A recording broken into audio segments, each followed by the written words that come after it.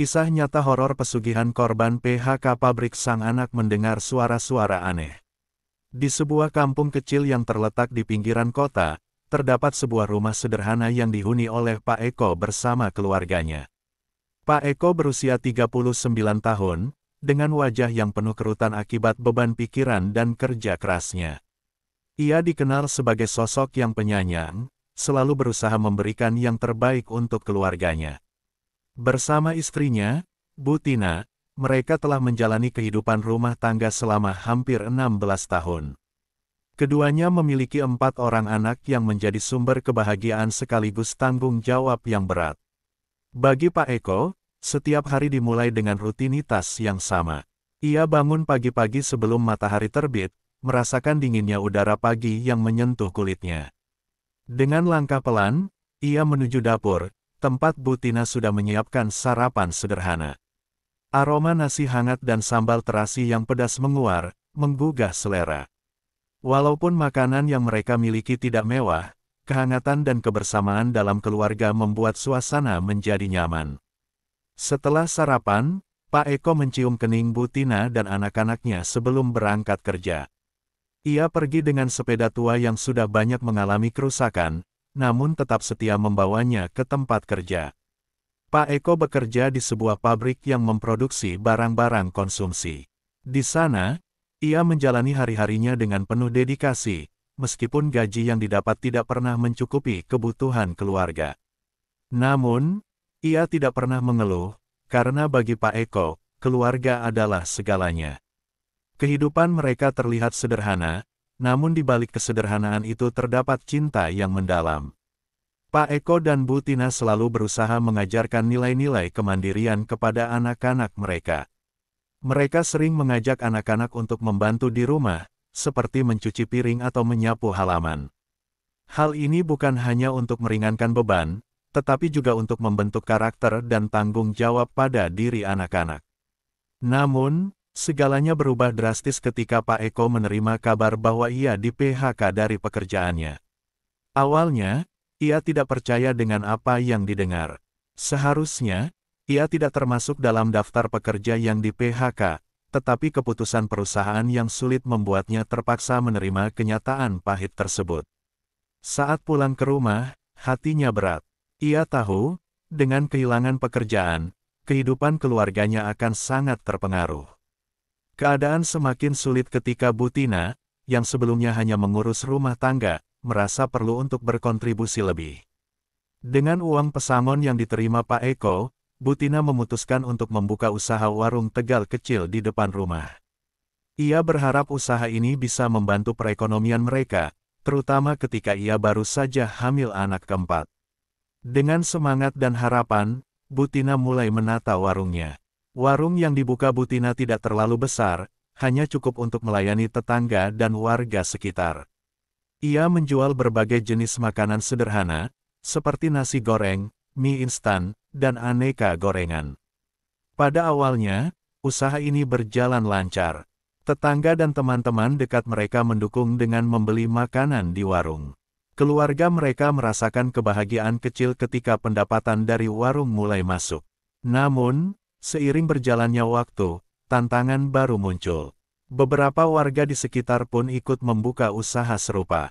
Persaingan semakin ketat, dan pendapatan dari warung Bu Tina mulai menurun. Setiap malam, Pak Eko dan Bu Tina duduk bersama, membicarakan cara-cara untuk meningkatkan penjualan.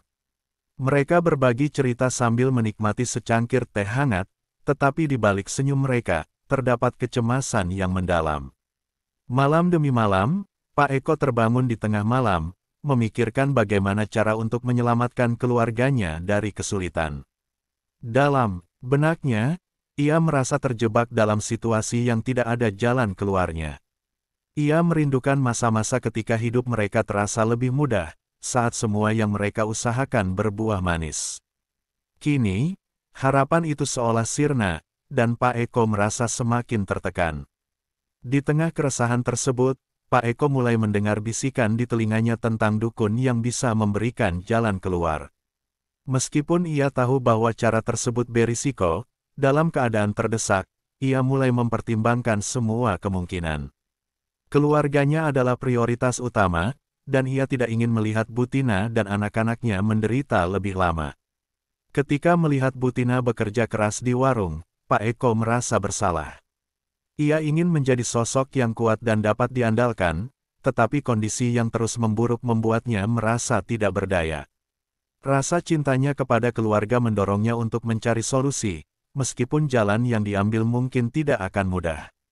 Disinilah perjalanan Pak Eko dimulai, ketika harapan untuk mendapatkan kehidupan yang lebih baik membawanya ke keputusan yang akan mengubah nasib keluarganya selamanya. Keputusan yang diambil dalam kegelapan dan keputusasaan ini akan membawa mereka ke dalam dunia yang penuh misteri dan bahaya, yang tidak pernah mereka bayangkan sebelumnya. Setelah kehilangan pekerjaan, hidup Pak Eko dan Butina terus diwarnai oleh rasa cemas dan ketidakpastian. Setiap pagi, Pak Eko berusaha bangkit dari tempat tidurnya dengan semangat yang mulai memudar. Ia melihat wajah-wajah ceria anak-anaknya, dan dalam hatinya, ia bertekad untuk tidak membiarkan mereka merasakan kesulitan hidup yang dialaminya. Namun, setiap kali ia melihat warung Butina yang semakin sepi, rasa cemas itu semakin menggerogoti pikirannya. Hari-hari berlalu, dan pendapatan dari warung terus menurun.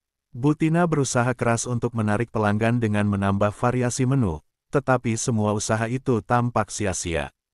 Ia mencoba memasak makanan yang lebih menarik, seperti nasi goreng spesial dan mie godok, tetapi persaingan dari warung lain membuat mereka sulit untuk bersaing. Keluarga mereka mulai merasakan dampak dari keadaan ini, terkadang mereka harus puas dengan makanan seadanya, dan Pak Eko merasa sangat tidak nyaman melihat Butina dan anak-anaknya mengorbankan kenyamanan demi berhemat. Suatu malam, setelah menutup warung, Pak Eko dan Butina duduk di teras rumah. Suasana malam itu sunyi, hanya terdengar suara jangkrik yang berirama. Butina menatap suaminya dengan penuh harap. Bagaimana kalau kita mencari pekerjaan lain, Eko? Mungkin ada lowongan di pabrik lain atau di tempat lain, tawar Butina, suaranya lembut namun penuh keinginan untuk mencari solusi. Pak Eko menggelengkan kepala, aku sudah mencarinya, Tina. Tapi semua tempat sudah penuh. Kita tidak bisa terus begini. Aku merasa kita harus melakukan sesuatu yang lebih. Mungkin ada cara lain, jawab Pak Eko, suaranya penuh keraguan. Malam itu, pikiran Pak Eko terus berputar. Ia teringat akan cerita-cerita tentang dukun yang bisa memberikan kekayaan dengan cara yang cepat. Dalam budaya mereka, banyak orang mengatakan bahwa dukun memiliki kekuatan untuk membantu orang yang terdesak, dan pesugihan adalah salah satu cara yang sering dibicarakan. Namun, saat mendengar kata pesugihan, hatinya terasa berat. Ia tahu konsekuensi dari langkah itu, tetapi keadaan semakin mendesak. Keputusan untuk mencari dukun menjadi semakin menguat saat esok harinya, ketika Butina mengeluh tentang kesulitan yang mereka hadapi. Eko, aku tidak tahu berapa lama lagi kita bisa bertahan. Anak-anak butuh makanan yang cukup dan pendidikan yang baik. Kita tidak bisa terus begini, katanya dengan tatapan penuh kekhawatiran. Saat itu, Pak Eko merasakan beban yang sangat berat di pundaknya. Ia berjanji kepada dirinya sendiri untuk tidak membiarkan keluarganya menderita lebih lama. Mencari dukun adalah langkah berani, meskipun penuh risiko. Dalam pikirannya, ia berusaha meyakinkan diri bahwa ia hanya ingin melakukan yang terbaik untuk keluarganya. Beberapa hari kemudian, dengan hati yang berdebar, Pak Eko mulai mencari informasi mengenai dukun yang terkenal di daerah mereka. Ia bertanya kepada tetangga dan teman-teman, berharap mendapatkan rekomendasi. Setelah mendapatkan beberapa nama, ia akhirnya menemukan seorang dukun tua yang sangat dihormati di kampung sebelah. Dukun tersebut dikenal memiliki kemampuan luar biasa dalam menyelesaikan masalah keuangan. Dengan tekad yang bulat, Pak Eko mengajak Butina untuk pergi menemui dukun tersebut. Mereka berjalan kaki melewati jalan setapak yang dikelilingi pepohonan, merasakan ketegangan di udara. Setiap langkah terasa berat, seakan ada beban yang harus mereka angkat. Saat tiba di rumah dukun, suasana berubah menjadi misterius. Rumahnya dikelilingi oleh benda-benda aneh dan lilin-lilin yang menyala, menciptakan suasana magis namun menakutkan. Dukun itu, Seorang pria tua dengan wajah keriput dan mata tajam, menyambut mereka dengan senyuman yang tidak sepenuhnya menenangkan. "Apa yang kau cari, anak muda?" tanyanya dengan suara serak. Pak Eko, dengan suara bergetar, menjelaskan semua kesulitan yang mereka hadapi. Ia mengungkapkan harapannya untuk mendapatkan bantuan agar usaha warung kembali maju. Dukun itu mendengarkan dengan seksama, kemudian mengangguk-angguk. "Kekayaan tidak datang begitu saja tanpa harga yang harus dibayar. Kalian harus siap untuk melakukan ritual dan mengorbankan sesuatu yang berharga," katanya, menatap Pak Eko dan Bu Tina dengan serius. Hati Pak Eko berdebar. Ia tahu bahwa kata korban memiliki makna yang dalam. Namun, dalam keadaan terdesak, harapan untuk mendapatkan kehidupan yang lebih baik membuatnya mengabaikan rasa takut. "Kami siap, Pak Dukun. Apa yang harus kami lakukan?" tanya Pak Eko penuh harap. Dukun itu menjelaskan bahwa mereka perlu melakukan ritual tertentu, termasuk membawa benda pusaka dan melakukan sesaji. Selain itu, ia menekankan bahwa mereka harus memberikan tumbal untuk memastikan keberhasilan ritual. Mendengar kata tumbal, Pak Eko merasa terkejut, tetapi ia berusaha menahan diri untuk tidak menunjukkan kekhawatirannya. Setelah mendengarkan semua instruksi, Pak Eko dan Bu Tina pulang dengan perasaan campur aduk. Mereka merasa seolah telah mengambil langkah besar menuju ketidakpastian. Saat mereka berjalan pulang, Pak Eko tidak bisa menahan pikirannya yang terus berputar. Apa yang akan terjadi jika mereka benar-benar harus memberikan tumbal? Apakah mereka benar-benar siap untuk membayar harga yang diminta? Sesampainya di rumah, mereka berdua terdiam. Pak Eko dan Bu Tina saling memandang, mengetahui bahwa mereka telah memasuki jalan yang berbahaya. Namun, keinginan untuk memperbaiki hidup mereka membuat mereka merasa terpaksa untuk melanjutkan langkah ini. Dalam hati mereka, harapan berjuang melawan rasa takut, dan keputusan ini akan mengubah hidup mereka selamanya. Malam itu, saat anak-anaknya tertidur nyenyak, Pak Eko merenungkan semua yang telah terjadi. Ia merasa terjebak antara harapan dan ketakutan. Apakah jalan yang mereka pilih akan membawa kebahagiaan atau justru kehancuran? Dengan perasaan tidak menentu, ia terlelap dalam keadaan cemas, memikirkan apa yang akan datang di hari-hari mendatang. Hari-hari setelah pertemuan dengan dukun yang mereka cari dipenuhi dengan perasaan cemas dan ketegangan. Pak Eko dan Bu Tina merasa seolah-olah mereka berdiri di tepi jurang, siap melangkah ke dalam ketidakpastian. Namun, harapan untuk mendapatkan kehidupan yang lebih baik menggoda mereka untuk terus maju. Setelah beberapa hari merencanakan, mereka akhirnya memutuskan untuk kembali menemui dukun dan melaksanakan ritual yang dijelaskan. Pagi itu, cuaca cerah, tetapi hati Pak Eko dipenuhi awan gelap. Ia mengenakan pakaian yang sederhana, celana panjang yang sedikit pudar dan kaos yang sudah usang. Bu Tina, di sampingnya, juga tampil sederhana dengan gaun terusan yang telah lama dipakai. Mereka berdua pergi dengan sepeda tua yang menjadi satu-satunya kendaraan mereka. Setiap kayuhannya terasa berat, seolah-olah beban pikiran mereka membuat sepeda itu lebih sulit untuk digerakkan. Setelah menempuh perjalanan yang cukup jauh, mereka akhirnya tiba di rumah dukun. Rumah itu terlihat lebih misterius daripada yang mereka ingat. Pagar kayu yang tinggi dikelilingi tanaman merambat, dan aroma dupa menyelimuti udara. Dengan hati yang berdebar, mereka melangkah masuk.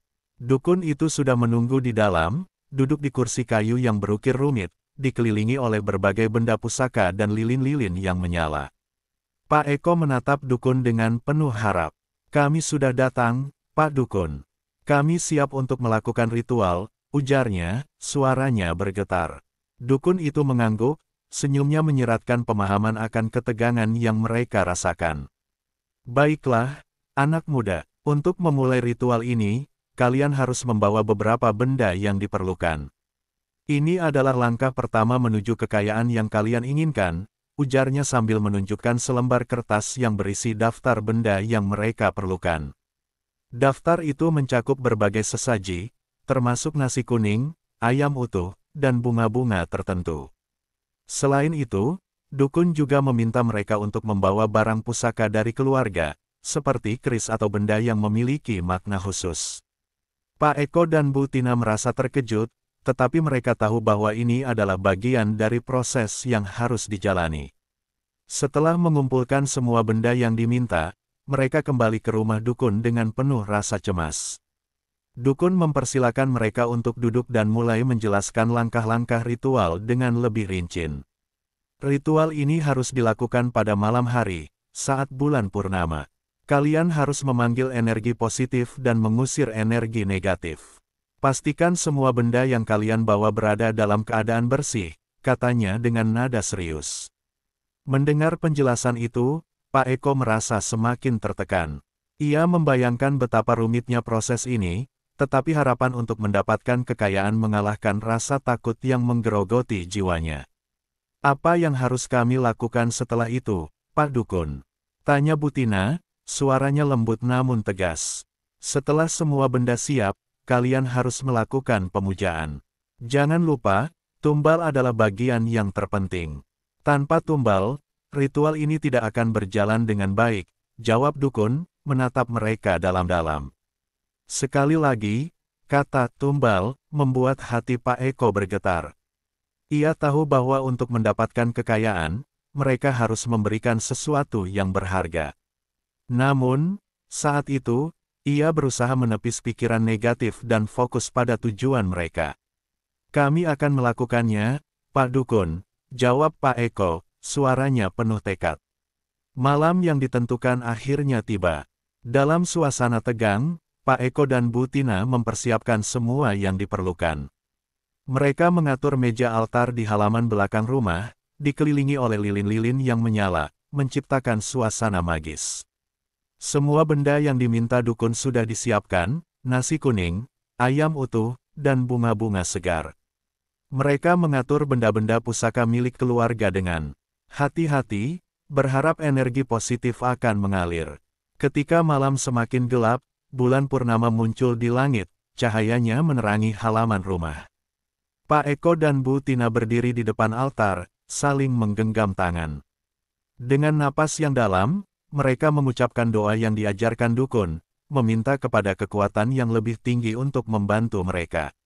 Dengan suara bergetar, Pak Eko mulai memanggil nama-nama roh yang diyakini dapat memberikan berkah kepada mereka. Kami datang dengan penuh harapan. Berikanlah kami rezeki yang melimpah, serunya, suaranya menggema di udara malam. Bu Tina menambahkan, kami rela memberikan yang terbaik demi keluarga kami. Saat mereka melakukan pemujaan, suasana tiba-tiba berubah. Angin berhembus kencang, dan lilin-lilin yang menyala berkedip-kedip. Pak Eko merasakan hawa dingin yang menembus kulitnya, dan kepalanya pusing. Dalam momen itu, ia mulai meragukan apa yang mereka lakukan. Apakah ini benar, Tina? Apakah kita melakukan hal yang tepat? Bisiknya, tetapi Bu Tina hanya mengangguk, terfokus pada ritual. Ketika ritual berlanjut, Pak Eko merasakan ada sesuatu yang aneh di sekitarnya. Suara-suara samar terdengar, bisikan-bisikan yang tidak bisa ia mengerti. Ia berusaha untuk tetap tenang, tetapi ketakutan mulai menggerogoti hatinya. Dukun telah memperingatkan mereka tentang konsekuensi dari ritual ini, dan sekarang ia merasakan dampaknya. Akhirnya, saat semua ritual selesai, dukun meminta mereka untuk memberikan tumbal. Siapkan tumbal yang kalian pilih. Tanpa tumbal, semua ini sia-sia, tegasnya. Dalam hati, Pak Eko merasakan gelombang ketakutan. Ia tahu bahwa tumbal berarti mengorbankan sesuatu yang berharga. Namun, harapan akan kekayaan terus mendorongnya untuk melanjutkan.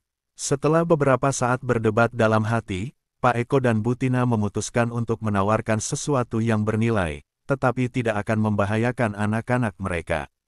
Mereka membawa seekor ayam yang telah disiapkan sebagai tumbal. Dalam keadaan cemas, mereka menyerahkannya kepada dukun, yang dengan sigap melakukan ritual pemotongan.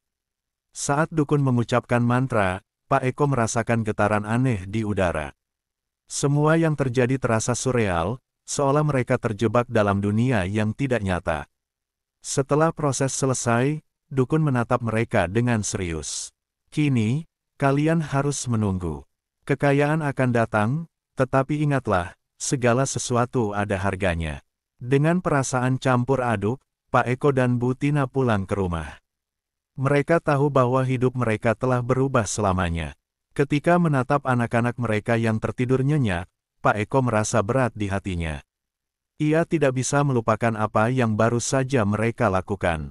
Dalam benaknya, dia bertanya-tanya, apakah semua ini sepadan? Apakah mereka siap menghadapi konsekuensi dari keputusan yang telah diambil? Malam itu, Pak Eko terjaga sendirian, merenung tentang apa yang akan terjadi selanjutnya. Dia tahu bahwa jalan yang telah mereka pilih penuh dengan risiko, tetapi harapan untuk mendapatkan kehidupan yang lebih baik terus membara dalam dirinya. Semua ini baru permulaan dari perjalanan panjang yang akan menguji batasan moral dan etika mereka sebagai orang tua. Setelah malam ritual yang mencekam, harapan dan ketakutan menyatu dalam diri Pak Eko dan Bu Tina. Mereka menunggu dengan penuh kecemasan dan harapan, berharap kekayaan yang dijanjikan dukun segera datang. Sehari-hari berlalu, dan meskipun awalnya tidak merasakan perubahan, suatu pagi, cahaya harapan mulai bersinar. Ketika Pak Eko bangun, ia merasakan kegembiraan yang tidak biasa. Bu Tina sudah menyiapkan sarapan, dan aroma nasi goreng yang diolah dengan penuh cinta menyapa hidungnya. "Eko, lihat, ada tetangga yang datang membeli nasi goreng kita," seru Bu Tina dengan senyum lebar. Pak Eko menyadari bahwa warung mereka mulai ramai. Beberapa orang yang sebelumnya tidak pernah datang kini terlihat antri menunggu pesanan. Kebahagiaan itu membuat hati Pak Eko melompat. Dalam seminggu setelah ritual, pendapatan warung meningkat pesat. Mereka mulai menjual berbagai menu baru, dan Bu Tina menjadi lebih kreatif dalam menyiapkan hidangan. Suatu sore, ia menambahkan menu spesial, seperti bakso dan mie goreng, yang ternyata sangat disukai pelanggan. Rasa syukur menyelimuti keluarga mereka, dan Pak Eko merasa seolah mereka telah menemukan kembali harapan. Namun, semakin banyak uang yang masuk, semakin besar pula rasa was-was dalam hati Pak Eko. Ia tidak bisa menepis perasaan bahwa ada sesuatu yang tidak beres. Apakah ini semua benar-benar berkat ritual yang mereka lakukan? Dalam beberapa hari ke depan, pendapatan warung terus bekerja dengan baik, tetapi kesehatan Pak Eko dan Bu Tina mulai menurun. Mereka sering merasa lelah dan sakit kepala, tetapi mereka berusaha mengabaikannya demi kelangsungan usaha. Pak Eko mulai melihat tanda-tanda aneh. Suatu malam, saat mereka sedang menyiapkan bahan makanan untuk warung, ia merasakan hawa dingin yang menusuk, meskipun cuaca sangat panas. Ia melihat bayangan melintas di sudut matanya, tetapi saat ia menoleh, tidak ada siapa-siapa. "Tina, kau merasakan sesuatu yang aneh?" tanyanya dengan suara bergetar. Bu Tina menggelengkan kepala, namun ia mulai merasa tidak nyaman. "Mungkin kita hanya lelah, Eko. Kita harus beristirahat," jawabnya, meski suaranya dipenuhi keraguan. Namun, rasa cemas itu terus menghantui mereka. Hidup mereka yang semula penuh kebahagiaan mulai terguncang. Meskipun pendapatan terus meningkat, suasana di rumah mulai terasa tegang.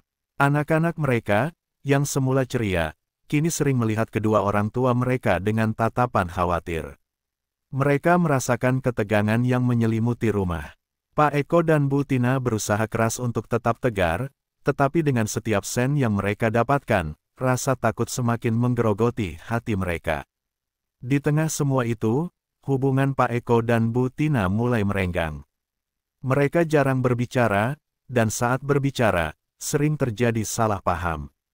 Suatu malam, ketika mereka duduk bersama setelah menutup warung, Bu Tina dengan nada marah berkata, "Kau tidak pernah mendengarkan, Eko. Kita seharusnya bersyukur, tetapi kau terus terlihat cemas dan tidak puas." Pak Eko terkejut dengan pernyataan istrinya. "Tina, aku hanya ingin kita berhati-hati. Kita tidak tahu apa yang sebenarnya terjadi. Kekayaan ini mungkin ada harganya," jawabnya dengan nada keputusasaan. Ketegangan di antara mereka semakin meningkat, dan malam-malam berikutnya menjadi semakin sunyi. Suasana di rumah menjadi semakin berat, dan rasa sakit di dada Pak Eko semakin menjadi.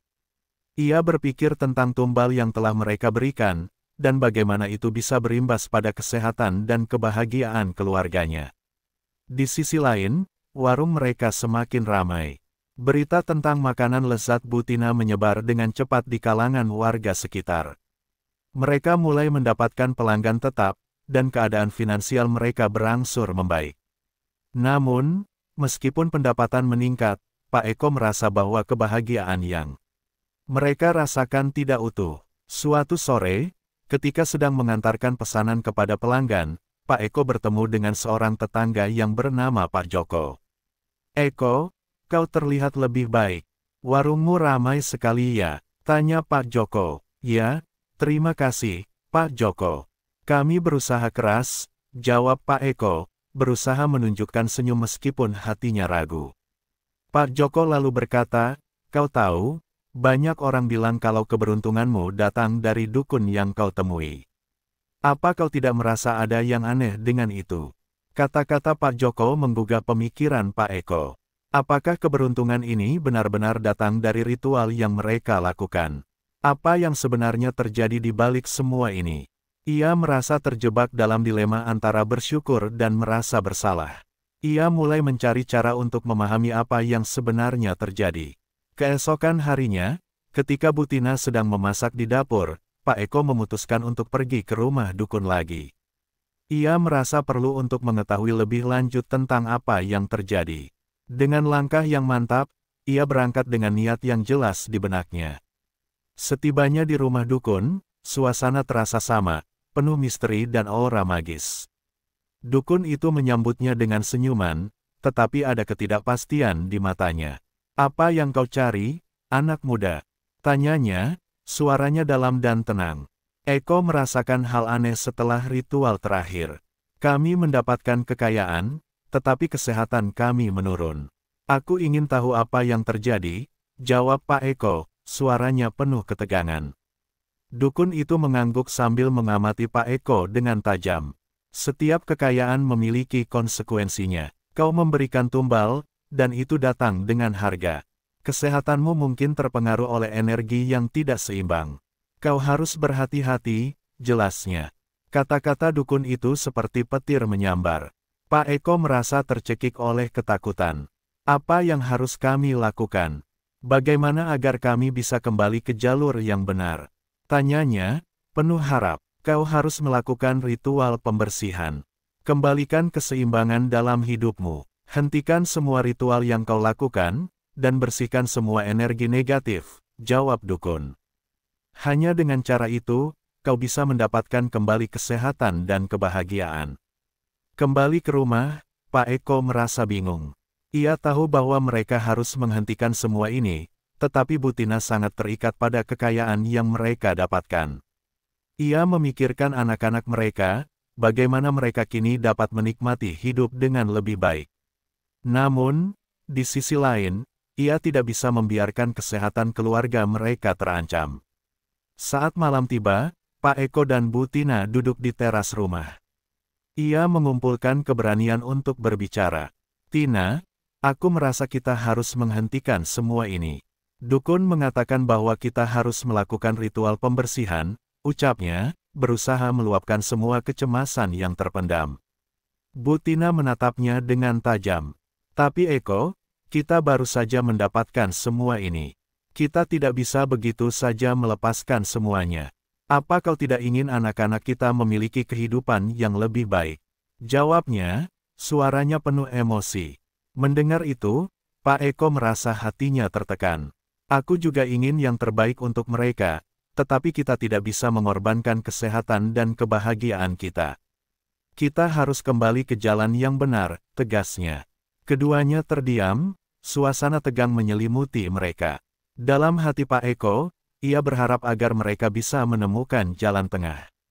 Ia hanya ingin melindungi keluarganya, tetapi harapan akan kekayaan telah membawa mereka ke jurang yang dalam.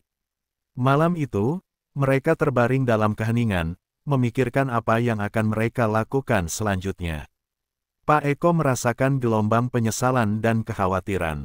Ia tahu bahwa jalan yang mereka pilih tidak akan mudah, tetapi ia bertekad untuk melakukan apapun demi kebahagiaan dan keselamatan keluarganya.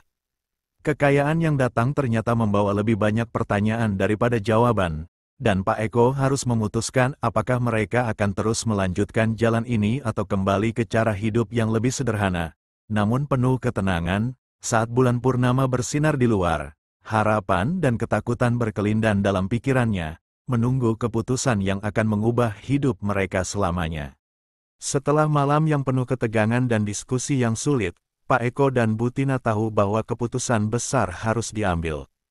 Kesehatan mereka memburuk, dan ketegangan di antara mereka semakin meningkat. Meskipun pendapatan dari warung meningkat pesat, bayangan tumbal yang mereka berikan pada ritual masih menghantui pikiran Pak Eko. Ia merasa terjebak dalam kontrak terlarang, dan rasa bersalah semakin menumpuk di dalam hatinya. Pagi itu, saat matahari terbit dengan lembut, Pak Eko duduk di teras rumah, merenungkan semuanya. Ia melihat anak-anaknya yang sedang bermain di halaman, tertawa dengan riang. Kebahagiaan mereka menjadi pengingat akan tanggung jawabnya sebagai ayah. Dalam hatinya, ia bertekad untuk melindungi keluarganya, bahkan jika itu berarti menghadapi kenyataan pahit tentang keputusan yang telah mereka buat. Setelah sarapan, Pak Eko memanggil Bu Tina untuk berbicara serius. "Tina, aku merasa kita harus menghentikan semua ini. Dukun mengatakan bahwa kita perlu melakukan ritual pembersihan agar kita bisa kembali ke jalur yang benar," ujarnya, suaranya penuh harapan. Bu Tina menatap suaminya dengan penuh rasa marah dan bingung. "Eko, kita baru saja mendapatkan semua ini. Apa kau ingin kembali ke kehidupan yang penuh kesulitan? Kita sudah berjuang keras untuk sampai ke sini," jawabnya, nada suaranya meninggi. "Namun, kita membayar harga yang terlalu tinggi. Kesehatan kita menurun, dan aku merasa ada sesuatu yang salah. Kita tidak bisa terus begini, Tina," balas Pak Eko, berusaha menahan emosinya. Perdebatan antara mereka semakin memanas. Bu Tina merasa terperangkap antara keinginannya untuk melindungi keluarganya dan rasa takut kehilangan apa yang telah mereka raih. "Eko, aku tidak mau kehilangan semua ini. Kita harus berjuang untuk mempertahankannya," serunya. Pak Eko merasakan hatinya hancur. Ia tahu bahwa Bu Tina terjebak dalam pesona kekayaan, tetapi ia juga merasa bahwa mereka sedang berjalan di tepi jurang. "Tina, pikirkanlah anak-anak kita. Apa yang akan terjadi jika kita terus melakukan ritual ini? Apa yang akan mereka alami jika kita tidak bisa menjaga kesehatan kita?" tanyanya dengan lembut. Akhirnya, Bu Tina terdiam, matanya berkaca-kaca. Ia tahu bahwa suaminya benar, tetapi ia juga tidak ingin menyerah pada harapan yang telah mereka bangun. "Baiklah, Eko, jika kita harus melakukan ritual pembersihan, kita harus melakukannya dengan serius. Aku tidak ingin kita kehilangan semua yang telah kita raih," katanya, suaranya melembut. Mereka sepakat untuk menemui dukun sekali lagi untuk mendapatkan petunjuk tentang ritual pembersihan. Malam itu, mereka kembali ke rumah dukun dengan perasaan campur aduk. Saat mereka tiba, dukun menyambut mereka dengan senyuman, tetapi ada kesan serius di wajahnya. "Selamat datang kembali. Apa yang membawa kalian ke sini?" tanya dukun, melihat ke arah mereka dengan tatapan tajam. "Kami ingin melakukan ritual pembersihan. Kami merasa ada yang tidak beres setelah ritual sebelumnya," jawab Pak Eko, suaranya penuh ketegangan. Dukun mengangguk, dan dengan tenang menjelaskan proses ritual pembersihan. "Kalian harus menyiapkan beberapa benda untuk mengusir energi negatif.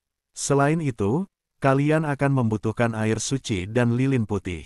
Ini adalah langkah untuk mengembalikan keseimbangan dalam hidup kalian," jelasnya. Mereka mendengarkan dengan seksama, mencatat semua instruksi yang diberikan. Dukun menjelaskan bahwa mereka juga perlu melakukan permohonan maaf kepada roh yang telah mereka ganggu sebelumnya. "Hargai semua makhluk halus, dan tunjukkan penyesalan kalian.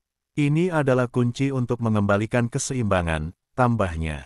Keesokan harinya, Pak Eko dan Bu Tina mempersiapkan semua yang dibutuhkan untuk ritual pembersihan. Mereka membeli air suci dari tempat suci terdekat dan mencari lilin putih yang berkualitas baik. Selama proses ini, mereka berdua merasa tegang, tetapi juga sedikit lega karena tahu bahwa mereka sedang berusaha untuk kembali ke jalan yang benar. Malam itu, mereka menyiapkan altar di halaman belakang rumah, dengan lilin putih menyala di sekitar mereka. Suasana malam yang tenang memberikan sedikit ketenangan, tetapi ketegangan tetap ada di udara. Butina menyiapkan sesaji sederhana, seperti nasi dan buah-buahan, sebagai tanda permohonan maaf. Setelah semuanya siap, mereka memulai ritual.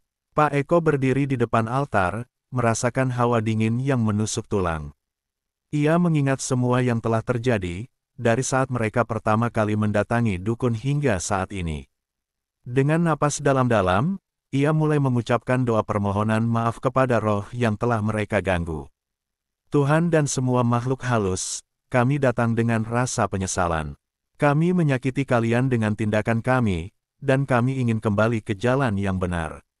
Mohon ampunilah kami, dan kembalikanlah keseimbangan dalam hidup kami, ucapnya, suaranya bergetar.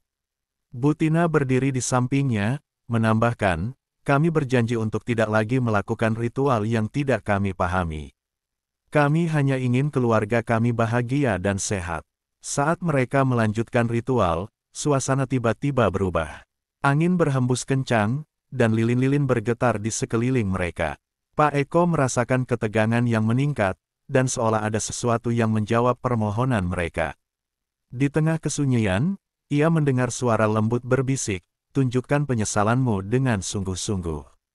Hati Pak Eko berdebar, ia merasakan kehadiran makhluk halus di sekitarnya. Dalam momen itu, ia menyadari bahwa mereka tidak sendirian. Suara itu seolah meminta mereka untuk benar-benar memahami apa yang telah mereka lakukan. Ia berusaha untuk tetap tenang, tetapi rasa takut menyelinap ke dalam hatinya. Setelah menyelesaikan ritual, Pak Eko dan Butina merasakan beban yang sedikit terangkat dari bahu mereka. Mereka percaya bahwa mereka telah melakukan yang terbaik untuk mengembalikan keseimbangan dalam hidup mereka. Namun, saat malam beranjak larut, ketakutan kembali menghantui Pak Eko. Ia masih merasa bahwa ada konsekuensi yang harus dihadapi. Keesokan harinya, saat mereka bangun, suasana di rumah terasa lebih tenang. Anak-anak mereka bermain di halaman dengan ceria, dan itu membuat Pak Eko merasa sedikit lebih baik. Namun, ia tahu bahwa jalan untuk mengembalikan semuanya tidak semudah itu. Ia memikirkan tentang tumbal yang telah mereka berikan, dan bagaimana hal itu akan mempengaruhi mereka di masa depan. Di sore hari, ketika mereka sedang beristirahat, tiba-tiba datang seorang tetangga, Bu Siti, yang terkenal baik hati dan sering membantu keluarga mereka. Eko, Tina, ada yang ingin kubicarakan, katanya, wajahnya tampak khawatir. Ada apa, Bu Siti? Tanya Bu Tina, merasakan ketegangan di udara. Kami mendengar tentang kesulitan yang kalian alami. Apakah kalian baik-baik saja? Anak-anak kalian terlihat lebih cemas belakangan ini, ungkap Bu Siti, suaranya menenangkan. Pak Eko dan Bu Tina saling berpandang, merasakan bahwa ketegangan di rumah mereka memang sudah mulai terlihat oleh orang lain. Kami mencoba melakukan yang terbaik, Bu Siti. Kami baru saja menjalani ritual pembersihan, jawab Pak Eko, berusaha menjelaskan. Bu Siti mengangguk, dan dengan penuh empati, ia berkata, terkadang, kita harus ingat bahwa kekayaan bukanlah segalanya. Kebahagiaan dan kesehatan keluarga jauh lebih berharga. Jangan ragu untuk meminta bantuan jika kalian membutuhkannya. Kata-kata Bu Siti membuat Pak Eko merenung. Ia menyadari bahwa meskipun mereka telah mendapatkan kekayaan, banyak hal yang telah terabaikan. Keluarga mereka harus menjadi prioritas utama. Dalam hati, ia berjanji untuk memperbaiki semuanya. Ketika malam menjelang, Pak Eko dan Bu Tina duduk bersama anak-anak mereka. Mereka bercerita tentang harapan dan impian, berusaha mengembalikan keceriaan yang sempat hilang. Pak Eko merasakan bahwa meskipun mereka harus menghadapi konsekuensi dari keputusan yang telah diambil, mereka bisa kembali ke jalan yang benar jika saling mendukung. Dengan tekad yang kuat, Pak Eko berjanji untuk tidak lagi terjerumus ke dalam praktik yang berbahaya. Ia ingin mengajarkan anak-anaknya tentang nilai-nilai kejujuran dan kerja keras. Dalam hatinya, ia berharap agar mereka bisa membangun masa depan yang lebih baik, tanpa harus mengorbankan kebahagiaan dan kesehatan. Ketika bulan purnama bersinar di luar, Pak Eko dan Bu Tina saling menggenggam tangan, merasakan kekuatan satu sama lain. Mereka tahu bahwa perjalanan ini belum berakhir, tetapi mereka siap untuk menghadapi segala tantangan bersama. Dalam perjalanan ini, mereka akan belajar dari kesalahan dan menemukan arti sejati dari kebahagiaan dan keberuntungan. Malam setelah ritual pembersihan, Pak Eko dan Bu Tina terbangun dengan perasaan campur aduk. Suasana di rumah terasa lebih tenang, namun ada bayangan gelap yang tetap menghantui pikiran mereka. Meski mereka telah berusaha melakukan yang terbaik untuk mendapatkan kembali keseimbangan, rasa takut akan konsekuensi dari tindakan mereka masih membayangi. Hari-hari berlalu, dan meskipun kesehatan mereka perlahan membaik, ketegangan di antara mereka belum sepenuhnya hilang. Pak Eko berusaha keras untuk menjaga suasana hati keluarga tetap ceria, tetapi ada sesuatu yang tidak beres. Anak-anak mereka, yang biasanya ceria, mulai menunjukkan tanda-tanda kecemasan. Mereka seringkali terbangun di malam hari, menangis dan meminta kehadiran orang tua mereka. Suatu sore, ketika Pak Eko pulang dari warung, ia melihat Bu Tina duduk di teras dengan wajah cemas. "Ada yang tidak beres, Tina. Kenapa kau terlihat begitu khawatir?" tanyanya. "Khawatir?" Bu Tina menghela napas berat. "Aku merasa ada sesuatu yang salah dengan anak bungsu kita, Dika. Ia sering merenung dan tidak mau bermain. Aku khawatir ada yang mengganggunya," jawab Bu Tina sambil menatap jauh ke depan, seolah menembus batas waktu. Pak Eko merasakan jantungnya berdegup kencang. "Kita harus berbicara padanya. Mungkin dia hanya merasa cemas karena semua yang telah terjadi," ucapnya berusaha menenangkan istrinya. Malam itu, mereka duduk bersama anak-anak setelah makan malam. Pak Eko merasa berat ketika harus mengajukan pertanyaan ini. "Dika, sayang, kenapa kau terlihat sedih? Apakah ada yang mengganggumu?" tanyanya lembut. Dika, yang berusia sekitar 7 tahun, hanya menunduk. Ia menggigit bibirnya, seolah ada sesuatu yang ingin ia katakan tetapi tidak bisa. Bu Tina merangkulnya, memberikan dukungan. "Tidak apa-apa, sayang. Kami di sini untuk mendengarkanmu," ujarnya dengan lembut. Setelah beberapa saat, Dika akhirnya membalas, Aku ingin bermain seperti teman-temanku, tapi ada suara aneh di malam hari. Aku takut, Mama." Pernyataan itu membuat hati Pak Eko bergetar. Ia ingin meyakinkan Dika bahwa semuanya baik-baik saja, tetapi ia tidak bisa mengabaikan kenyataan bahwa suara-suara aneh juga mengganggu pikirannya. "Suara apa yang kau dengar, Dika?" tanyanya, berusaha menggali lebih dalam. "Kadang-kadang, aku mendengar bisikan. Suara seperti memanggilku," jawab Dika, matanya melotot ketakutan. "Aku takut pergi tidur." Pak Eko dan Bu Tina saling berpandang, perasaan cemas menyelimuti mereka. "Kami akan melindungimu, Dika. Jangan khawatir, suara itu tidak akan mengganggumu lagi," kata Bu Tina, berusaha menenangkan anaknya. Namun, di dalam hati Pak Eko, rasa takut semakin membesar. Suara apa yang didengar anaknya? Apakah itu ada hubungannya dengan ritual yang mereka lakukan? Dalam gelap malam, ia merasa seolah ada sesuatu yang mengintai dari bayang-bayang. Hari berikutnya, Pak Eko memutuskan untuk pergi ke rumah dukun lagi. Ia merasa perlu mendapatkan penjelasan lebih lanjut tentang apa yang terjadi. Ketika ia tiba di rumah dukun, suasana terasa mencekam. Dukun itu menunggu mereka dengan tatapan yang tajam. "Apa yang kau cari, anak muda?" tanya dukun, melihat ke arah Pak Eko dengan serius. "Kami merasa ada yang tidak beres setelah ritual pembersihan. Anak bungsu kami mendengar suara-suara aneh, dan kami khawatir ada sesuatu yang mengganggu kami," jawab Pak Eko, suaranya bergetar. Dukun mengangguk, seolah mengerti apa yang terjadi. "Kekayaan yang kalian cari tidak datang tanpa konsekuensi. Tumbal yang kalian berikan telah menarik perhatian makhluk halus. Mereka mungkin merasa terikat pada kalian," katanya dengan nada serius. Mendengar itu, Pak Eko merasa tercekik oleh ketakutan. Apa yang harus kami lakukan? Bagaimana cara mengusir mereka? Tanyanya, suaranya hampir tidak terdengar. Untuk mengusir makhluk halus, kalian harus melakukan ritual pembersihan yang lebih kuat. Kalian harus memberikan persembahan yang lebih besar dan menunjukkan penyesalan yang lebih dalam. Hanya dengan cara itu, kalian bisa mengembalikan kedamaian dalam keluarga, jelas dukun. Pak Eko merasa seolah dunia sekitarnya runtuh. Tapi kami sudah memberikan tumbal. Apa lagi yang harus kami korbankan? Tanyanya, hatinya tertekan. Dukun itu tidak menjawab, tetapi tatapannya mengatakan semuanya. Pak Eko tahu bahwa mereka harus melakukan sesuatu segera. Ia kembali ke rumah dengan perasaan berat, merasakan bahwa nasib keluarganya semakin terancam. Ketika malam tiba, suasana di rumah menjadi semakin mencekam. Suara-suara aneh mulai terdengar lagi, dan Dika semakin ketakutan. Ia tidak bisa tidur, dan Pak Eko dan Bu Tina merasa putus asa. Mereka berusaha menenangkan anaknya, tetapi ketakutan yang mendalam membuat semuanya semakin sulit. Suatu malam, saat Dika terbangun karena teror suara-suara itu, Pak Eko merasa bahwa ia tidak bisa membiarkan ini berlanjut.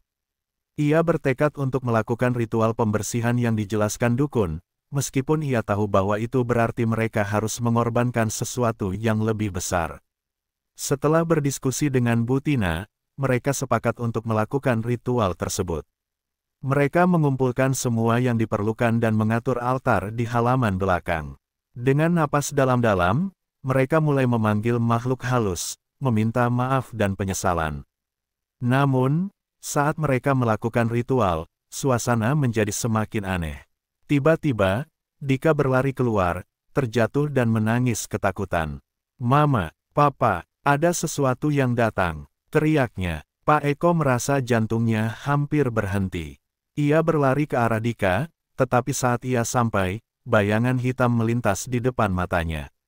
Suara bisikan terdengar semakin jelas, memanggil nama Dika. "Dika, datanglah padaku." Hati Pak Eko bergetar. Ia tahu bahwa mereka harus segera bertindak. "Tina, bawa Dika masuk. Kita harus menyelesaikan ritual ini," teriaknya, suaranya penuh ketegangan. Bu Tina segera menggendong Dika dan membawanya masuk ke dalam rumah. Pak Eko kembali ke altar, berusaha memusatkan pikirannya. "Kami menyesal, kami tidak ingin mengganggu kalian. Kembalikanlah anak kami," teriaknya, suaranya penuh emosi. Namun, saat ia berdoa, suasana semakin mengerikan. Angin berhembus kencang, dan lilin-lilin padam satu persatu. Makhluk halus yang mereka panggil tampak semakin mendekat, dan suara bisikan semakin keras. "Kau telah mengganggu kami, sekarang saatnya membayar." Pak Eko merasa putus asa. Ia merasakan bahwa semua yang mereka lakukan telah membawa mereka ke dalam kegelapan. "Tolong, kami tidak ingin kehilangan anak kami," teriaknya, matanya penuh air mata. Saat itu, Dika berteriak dari dalam rumah, "Papa, Mama, tolong jangan biarkan mereka mengambilku." Suara ketakutan anaknya membuat Pak Eko tergerak. Ia berusaha menenangkan Dika, tetapi semua terasa sia-sia. Akhirnya, saat ritual tidak memberikan hasil, Pak Eko dan Bu Tina terpaksa menghentikan semuanya. Mereka merasakan kehadiran makhluk halus yang melayang di sekitar mereka, menambah ketegangan di udara. "Kami akan melakukan segalanya untuk menyelamatkan Dika. Kami siap membayar harga yang harus dibayar," teriak Pak Eko, penuh penyesalan. Namun, makhluk itu sudah terlalu dekat. Dalam sekejap, Dika terjatuh pingsan, dan Pak Eko merasakan hatinya hancur. "Tidak, Dika," teriaknya, berlari ke arah anaknya. Malam itu berakhir dengan kepedihan yang mendalam. Kehilangan Dika membuat semua harapan mereka hancur, dan Pak Eko serta Bu Tina terjebak dalam rasa penyesalan yang tidak tertahankan.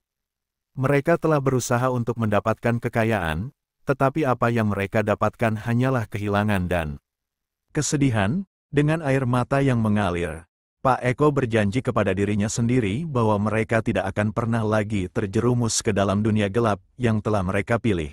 Namun, semuanya terasa sia-sia setelah kehilangan yang tak terbayangkan. Mereka berada di ujung jurang kegelapan, dan masa depan keluarga mereka tampak suram. Kehilangan Dika menjadi titik balik yang melukai hati mereka. Dalam kegelapan malam yang pekat, Pak Eko dan Bu Tina menyadari bahwa kekayaan yang mereka cari tidak sebanding dengan kebahagiaan yang mereka hilangkan. Kini, mereka harus menghadapi kenyataan pahit bahwa semua ini adalah akibat dari keputusan yang mereka ambil. Malam itu adalah malam terkelam dalam hidup Pak Eko dan Bu Tina. Kehilangan Dika, anak bungsu mereka, menghancurkan seluruh dunia mereka. Setelah ritual yang gagal dan suara-suara aneh yang mengganggu, mereka merasa terjebak dalam kegelapan.